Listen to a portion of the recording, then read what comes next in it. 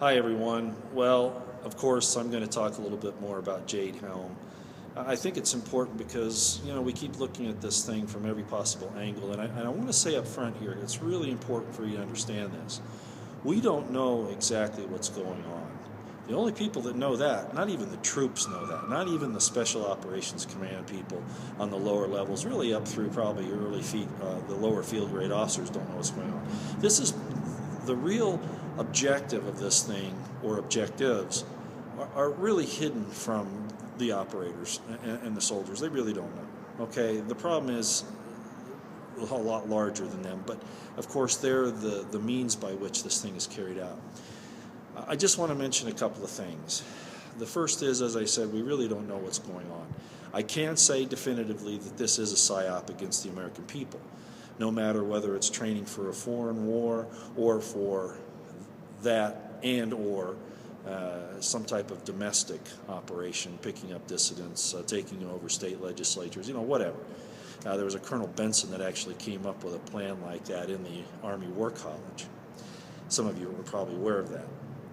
The point is, we don't know, and we need to be prepared. But I want to make the point this way, that no matter what happens, whether a false flag is used, maybe they're going to say that Al-Qaeda or ISIS or some operating cell in the U.S.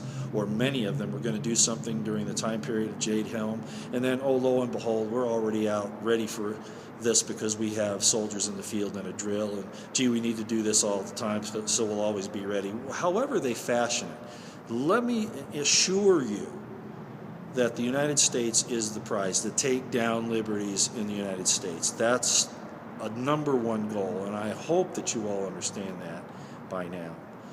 So regardless of how they orchestrate this, the end game is still going to be the same. Pretend to save the American people and at the same time put them under some type of subjugation. Okay? Take away your bank accounts, change, the economic situation, grab political dissidents.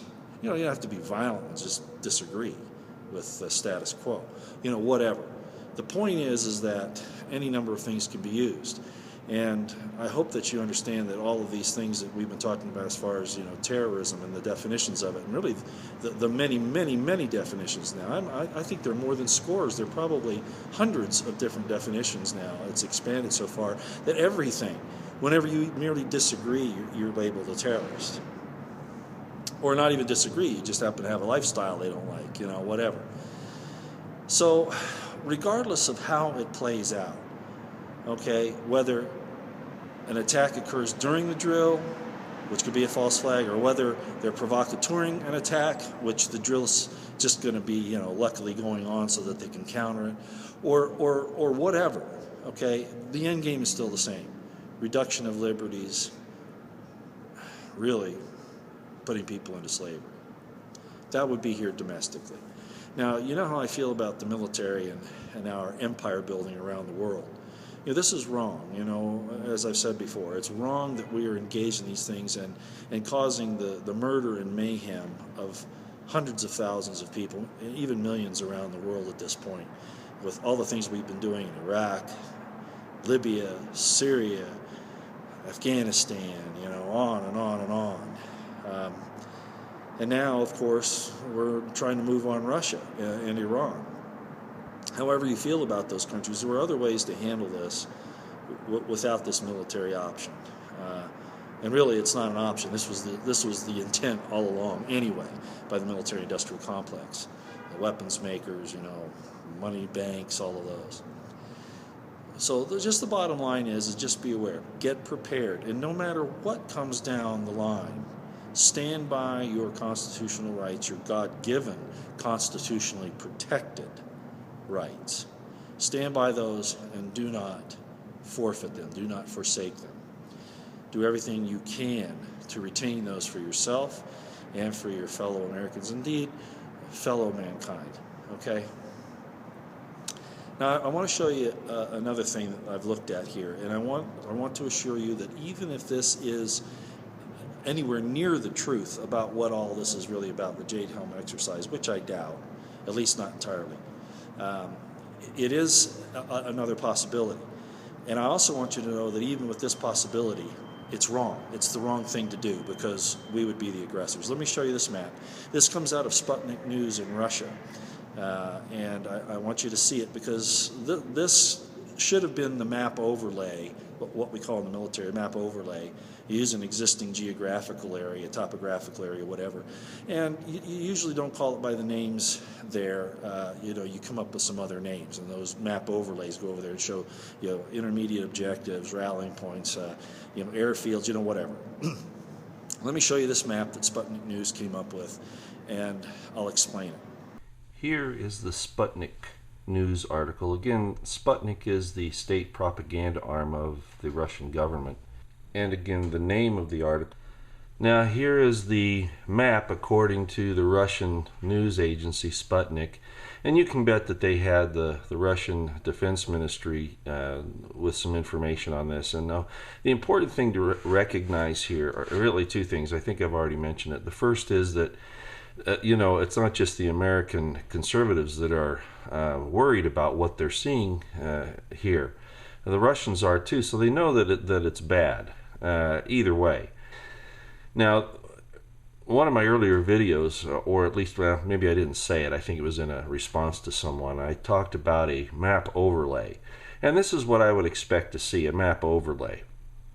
In these map overlays, and there are several of them in an operations plan, then an operations order, that even for exercise purposes, that would take a normal piece of terrain and overlay pretend sites, places, things like that on the normal terrain. And this is what I would expect to see. So the Russians probably have it right. On that map overlay, you would have things like, the objectives and those types of things. Not really any specific information because that would be in the operations order. But at any rate, this is important because this is kind of how the Middle East is laid out. And if we were to go to war in the Middle East, heaven forbid, by the way, I think this is demonic, okay? I just want you to know, I think this is demonic.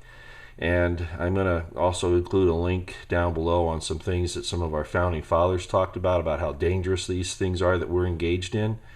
But at any rate, this would provide a training ground very large, very similar to the terrain and the distances involved in a major regional war. So you'd have escape and evasion, you'd have, all kinds of operations you could do in something like this. But is it correct to do it in the United States around citizens, endangering them, and getting them used to militarization? This is what you see, as one other commentator said, in third world countries, a banana republic. We've given the military plenty of money, more than enough money, to conduct these operations on military installations. And if they want large distances, well, okay, I can understand that. Back when I was in the Army, we did large movements of troops, convoys from one place to another. One that I recall is from Fort Ord, California, all the way to 29 Palms, which was quite a distance. So I understand these types of things, but it's the manner. I've got to really impress that upon everyone. It's the manner in which the military, the government of the United States, and the Department of Defense and the Special Operations Command foisted this other map that shows Texas as hostile and Utah as hostile on the American people, and the way it was done. So really, they do, I think, obviously consider the American people, at least a number of them, to be opposing their purposes, and they should, and I'll show you that here in just a minute. But at least on this map you can see that the Russians, who I don't normally consider to be a paranoid people, realize that something's going on here. So what am I saying? This is probably a dual purpose mission. As one writer into the site mentioned, it's illegal now to conduct psychological operations, propaganda, disinformation on the American people, whether or not it's constitutional or moral. And that was the point in my video. It may be legal, but it's not constitutional, it's not moral. And a free republic, constitutional republic, cannot exist with an electorate that is not correctly informed. And secrecy and deceit destroy liberty. So I wanted to show you this. Go to Sputnik and look at it, and you'll see how they look at it. And again, I want to emphasize, this is a dual-purpose mission. It's quite obvious. Yes, they could be preparing for a huge, unjust, unrighteous war in the Middle East, and other places, of course, if you've been watching this. But also, it has a second objective of, just like it says, winning the hearts and minds of the people. The military going in and using these same tactics on American people, mayors, city councils, citizens, etc. And it actually says that in some of the other documents. You just have to know what you're reading. Anyway, let me move to this other thing. Okay, so as you can see here, that's not bad, really. A large area, Special Operations Forces in particular. Well, really any military would have to, practice escape and evasion, land navigation, planning and attacking objectives, whatever, certainly. And over a wide area like that, gee, that sounds really good, doesn't it? To be able to do that, to mimic this type of thing.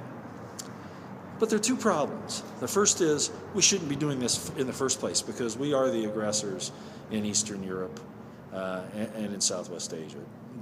That's just the situation. We're not defending ourselves. We're forcing other people to risk their lives and their well-being to try to stop this takeover of their world by us, by the United States. Okay, so that's wrong. We're not there protecting anybody. We're not exporting democracy. We're causing more murder and mayhem and destabilization and suffering. Okay, so that in itself is wrong. The other aspect of this is that even if that's what they're training for here in the United States, you don't do it by engaging in what they are doing, and that is a psychological operation to get people prepared to accept this constant military presence. This is bad, because then you really don't have any control. Who do you go to if somebody takes you off the street late at night or uses the NDAA to come and pick you up at your house at 3 a.m. in the morning? Where do you go for help? You can't. So you have to keep that in mind, okay? Those are things that are absolutely necessary to consider.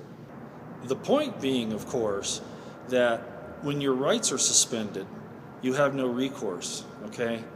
The military and the DOD and the feds are denying any plans to institute martial law. Well, do you really think they're going to tell you if that's what they're going to do? They're not going to tell you that. Everything is secret. Remember, everything's in secrecy, and surprise is one of the principles of war, okay? You keep the enemy guessing, and you choose the time and the place. I hope you understand that. So the propaganda, the disinformation, all of that, will play for them on the surprise of how the thing is actually executed. Is everybody in the military bad? No, I'm not saying that. But like I mentioned in Valkyrie, at least I think I mentioned it about Valkyrie, if you remember, the German army or reserve army was fooled there. They didn't know who they were working for. And that happens in real life, okay? And especially when did you read here lately, the Army's going to reduce the military's going to reduce its recruitment standards. Oh my gosh, I mean, first of all, I understand that PSYOP and understand what they're after there, and that's bad enough. A healthy distrust of the central government is a center plank of a constitutional republic.